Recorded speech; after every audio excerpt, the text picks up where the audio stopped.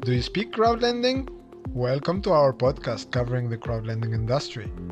Our mission is to provide you with all the insights from this market and help you make informed decisions. I'm Gassen, co-founder and CEO of Acridius. We are a crowdlending platform based in Zurich, Switzerland. I'm delighted to host this podcast and hopefully bring value to all our listeners.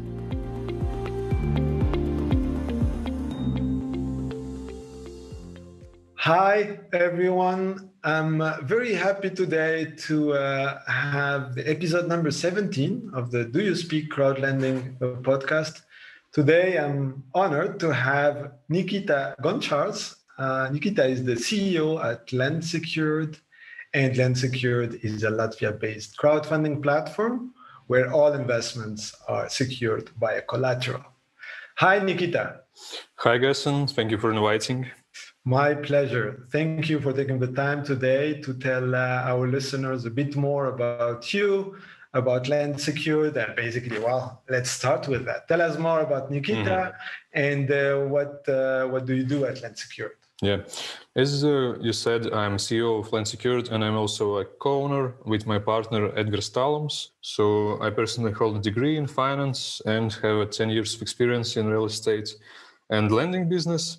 So the brief history might be that we, with Edgars, have founded a lending business in Latvia, a successful business which is founded by local banks and high net worth individuals.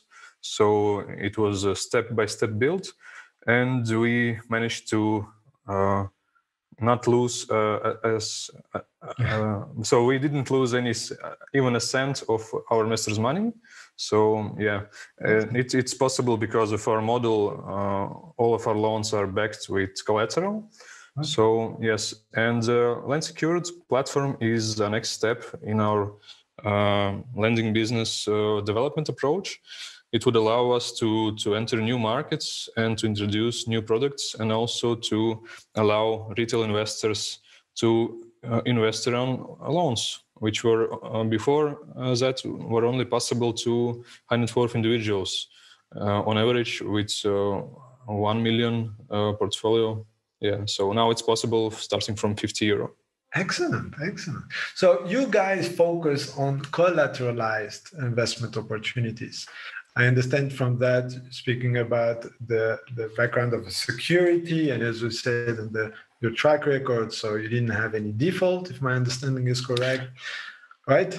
I wouldn't say that we didn't have any default. So the default is part of every lending business. So even the biggest banks have defaults. So the important here is how you manage defaults. What is your experience in debt collection, and how are you able to recover the funds? So our default rate was below 5%, but still, when a default occurred, we were able just to sell on the auction the underlying collateral, and so our investors had received their money back. So yes, this is very interesting. Thank you, Nikita, for bringing this up front, because I mean, a lot of other platforms are saying, yes, okay, collateralized, that means no default, but actually not the case, right? No, you need to be a magician just to guarantee a zero default. It's not possible in the real world.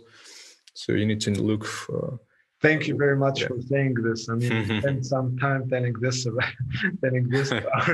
our client and to the world, like, well, lending, even if it's secured, does not mean that it has no default. But yes, as a LendSecured, you guys have always a collateral, so you could cover. Yeah.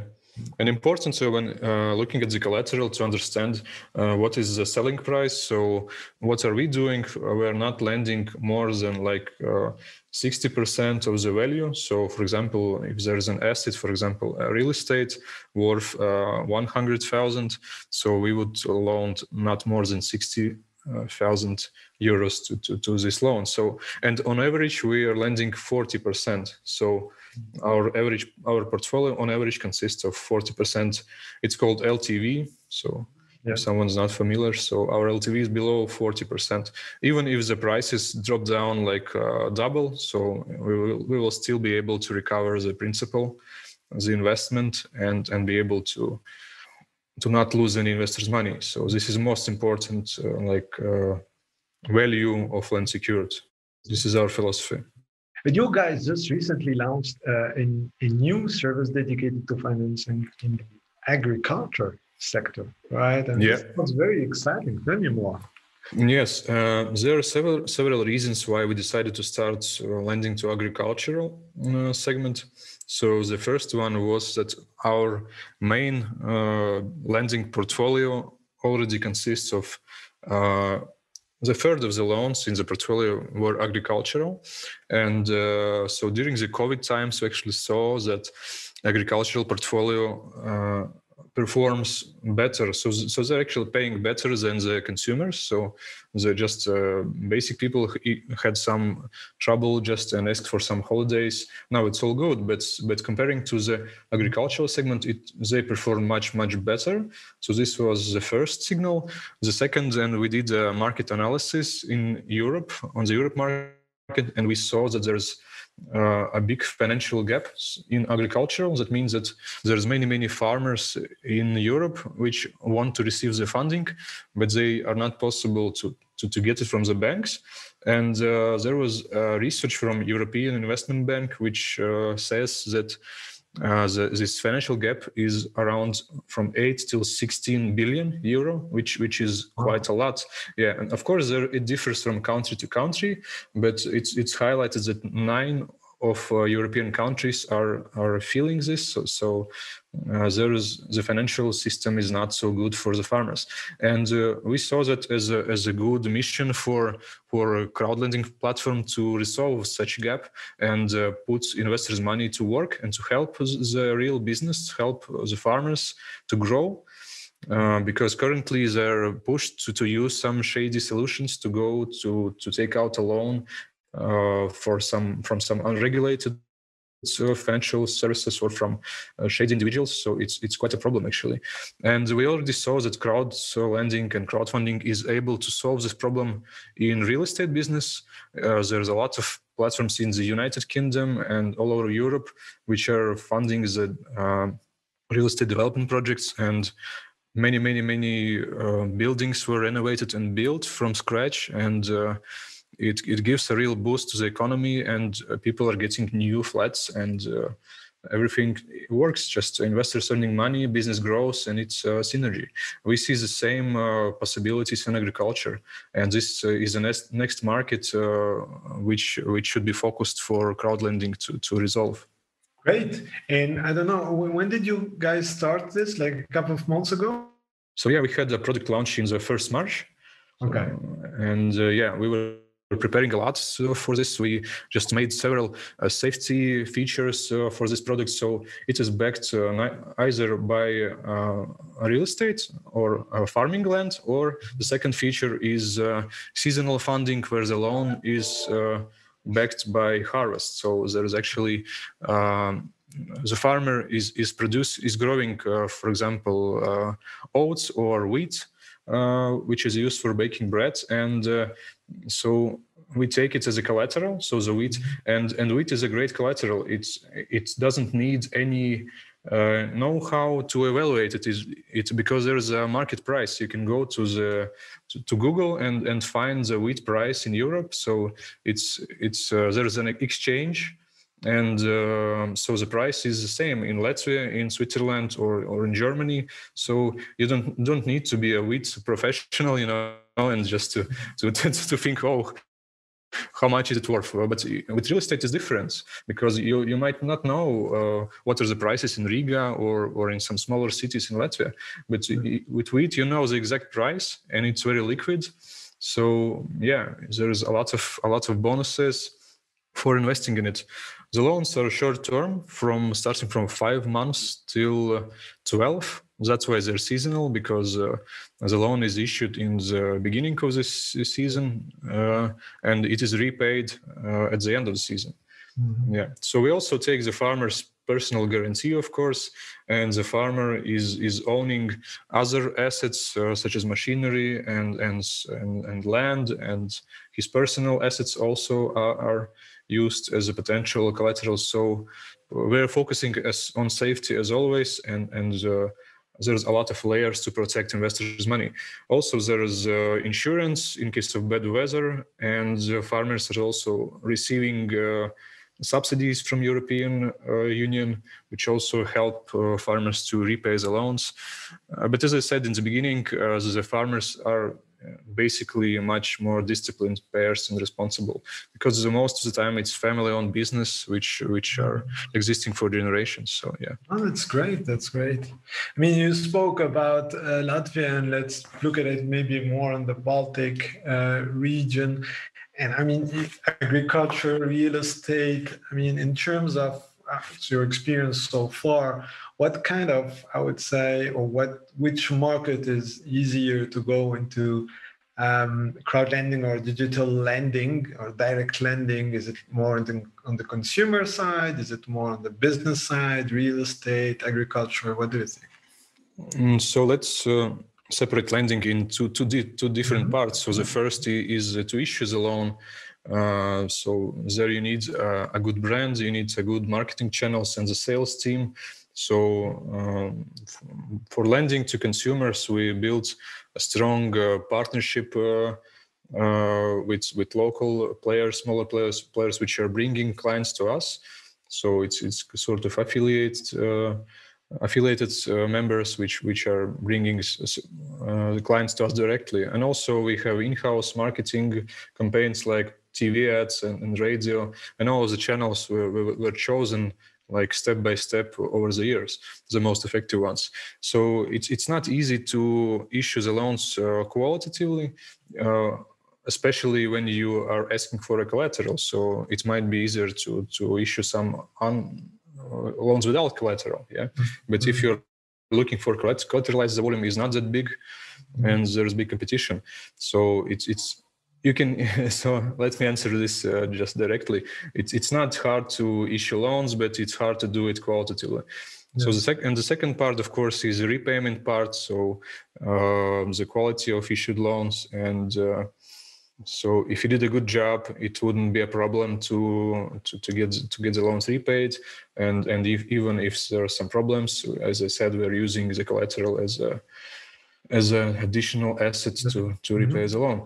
Yeah, but comparing these two segments, consumer loans and agriculture, I wouldn't say that neither of them is easy, because if you're looking for quality, it takes a lot of effort to find such loans. It's not easy, and the competition is quite big. Interesting. So in that sense, you spoke about the competition. Give us a little hint about the landscape in general. I mean, how many platforms do you guys have in the Baltic region? What is the most preferred asset class there? I mean, just an idea. Yeah, in the Baltics, most of the platforms are focusing on consumer loans. We have such big players as Mintos, which is I think the biggest in Europe. Yes. So mostly they're focusing on consumer loans in Europe and now in Asia. So we have real estate platforms, big ones like Estate Guru. But in agricultural segment, I don't think we have much competition because this segment was overlooked. So we have like, I don't know, tens or even hundreds of platforms in real estate. But I think just a couple which are trying to do something in agriculture, but they are still very small and young, and we don't know if they will be able to grow. And speaking of which, how do you imagine the future landscape? I mean, the future of digital lending in Europe and the world. I mean, what's your feelings there? I mean, no, since you're running LendSecured, you don't believe in it. No, of course, I believe that it will grow because retail investment. I mean, that just people investing culture is growing. We see all of these cases with Reddit, Wall Street bets and this GameStop. So people are getting much more interested in putting their money to work, because why to hold it with zero annual yield or even with minus? I don't know. In Switzerland you have minus or zero? Yes, it's negative. Yeah. You have negative. Oh, crazy. Yeah. So imagine some farmers are in need of money, and they have collateral, and you're like, your money is not working. It's not good. So of course it would work, and now the digitalization helps a lot. So we already have investors from many European countries: Germany, Switzerland, Portugal, Spain, Netherlands. I think maybe from all of the countries already. So people are quite interested in that. The second thing which is good is upcoming license, which is ECSP, European Crowd Service Provider license, which we're also obtaining now. And it brings a lot of possibilities from the team from Latvia to go and work on such big issues, to try to make financial market more effective and to allow people to earn money and to help the farmers. Yeah. One more trend which we're seeing also, that there are more and more institutional investors also. So they're connecting us. So imagine we're like in a small country, Latvia. Before that, it was only possible to obtain local funds, from local investors or banks. But now the borders are disappearing, and it's great. I think it's wonderful. No, I totally agree. I share that definitely. I mean, let's give some context. I mean, we are today recording this podcast on April 22nd. I don't know how are things in Latvia, but here in Switzerland, they started slowly opening, restaurant terraces and so on because of COVID and all of that. Yeah. I mean, how is this COVID crisis affecting the industry, crowdlending, crowdfunding, direct lending in the Baltic area? I don't think we need to even separate the Baltics. I think the COVID, of course, it impacts all of the crowdlending markets, and investors are getting more like cautious and afraid. And we saw a trend in our own business that our big investors, which are professional investors, they were actually increasing the portfolios with us, because they like our secured loans and they are not afraid to lose money. But we saw on other platforms that smaller investors, retail investors, are maybe not so not so experienced, and of course they try to get their money out, and but it was like emotional decision, I think, but now we see that the COVID is getting to the end and people are getting more and more into investments, and the volumes are getting back. So I think in the nearest future, if the vaccination and other stuff would go good, so I think it become much better. So a lot of positive factors are in future. So the license, the COVID ending, the developments, and as you said, like people are more and more aware of such possibilities to put their money to work. And it will certainly grow. The segment will grow. Nikita, we have a lot of small retail investors listening to this podcast. So if you could simply take top 3 advantages of this asset class that you would tell to yourself or to any of your clients, right? What would it be? I know that retail investors are liking the short-term loans. So yes, it's short-term. So the second, it is asset-backed. So we take the safety very seriously. And the third one, I think, which is also very important, you're helping to business to grow, to the real business in Europe. So it's also very important. Great. I think, there is one topic that is very, very hot currently. I mean, it's a hot topic in this podcast in general, which is people really, really are interested to know what's your favorite fruit, actually. So it's a nice one. Yeah. I'm a person who likes to try new things. Just sometimes, most of the times actually, it is not a good experience. But still, I'm ready to take the risk to discover something new and good, and then I share it with my wife. So she doesn't need to go through all the pain I sometimes go through. So no diversification included. Not for her. Yeah. I like to take the risk and to see something new and to try something new, to explore things. That's why I miss travel a lot. So I hope for soon it will be possible. So we could imagine some exotic fruit that is not looking very good and not. I think my favorite might be mangosteen. You know mangosteen? Okay. Just the Asian one. Yeah. Excellent. Great. Thank you very much, Nikita. That was very, very insightful. Anything you want to add? Best wishes for the industry, and I don't know, make your own due diligence and try to participate in the growing tendency of retail investment. Thank you very much, Nikita. Wishing you also all the best. Thank you, everyone who is listening to us, and see you in the next episode. Thank you. Thank you. Bye-bye. I hope you enjoyed this episode. Thanks again for staying with us until the end. Make sure you subscribe to our podcast and follow us on social media so you never miss an episode. Please don't hesitate to send us your questions and comments at egregious.ch. Thank you.